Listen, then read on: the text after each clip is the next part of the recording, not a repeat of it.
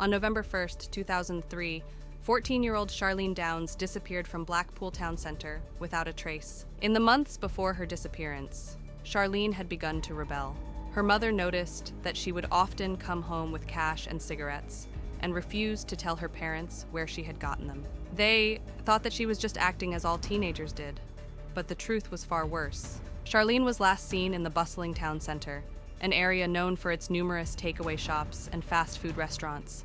At the time, she was with her sister Rebecca.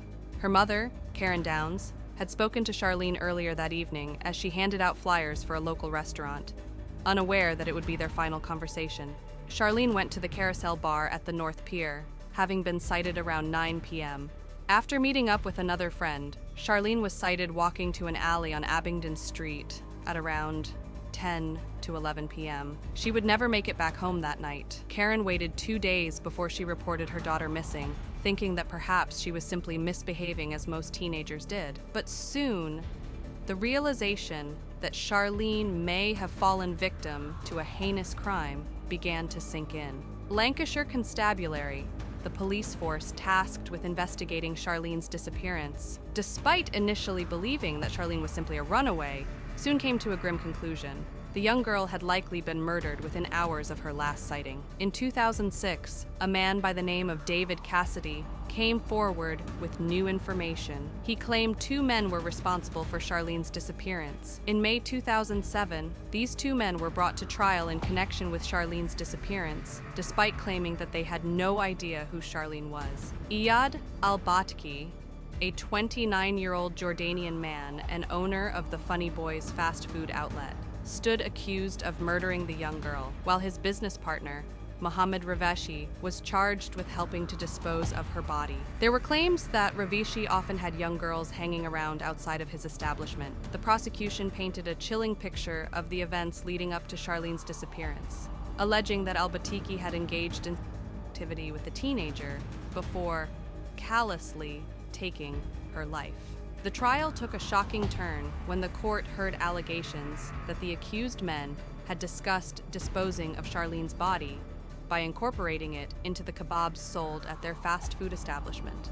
As Cassidy had a lengthy criminal history, he was deemed unreliable. A retrial was ordered, but before it could commence, a series of missteps and errors in the Lancashire Constabulary's handling of the case came to light, such as the poor training of officers and the bias that many had against the accused. The covert surveillance evidence gathered by the police was deemed unreliable, and the Crown Prosecution Service was left with no choice but to drop the charges against al-Batiki and Raveshi. The collapse of the trial dealt a devastating blow to Charlene's family, who had held on to the hope that justice would be served for their daughter. Karen Downs, consumed by grief and frustration, made headlines when she stabbed her husband during an argument in the aftermath of the failed prosecution. The wounds, both physical and emotional, ran deep as the family grappled with the realization that Charlene's killer may never be brought to justice. As the years passed, Charlene's disappearance continued to haunt the town of Blackpool. The revelations of the trial had exposed a pervasive problem of child exploitation, with vulnerable young girls being preyed upon by those who should have protected them. Efforts were made to raise awareness and implement safeguarding measures, but the scars left by Charlene's case remained raw and painful. The Downs family, determined to keep Charlene's memory alive and to find closure, never gave up their fight for justice. They participated in documentaries, gave interviews, and lobbied for increased efforts to tackle child sexual exploitation. Their tireless advocacy helped to shine a light on the issue and sparked important conversations about the need for better protection for vulnerable children. In 2017, a glimmer of hope emerged when a 51-year-old man from Preston was arrested on suspicion of murdering Charlene. The news sent shockwaves through the community, as many dared to believe that perhaps, after all these years, justice might finally be served. However, the man was released just 2 days later and is no longer under investigation, leaving the Downs family once again grappling with the pain of unanswered questions and unresolved grief.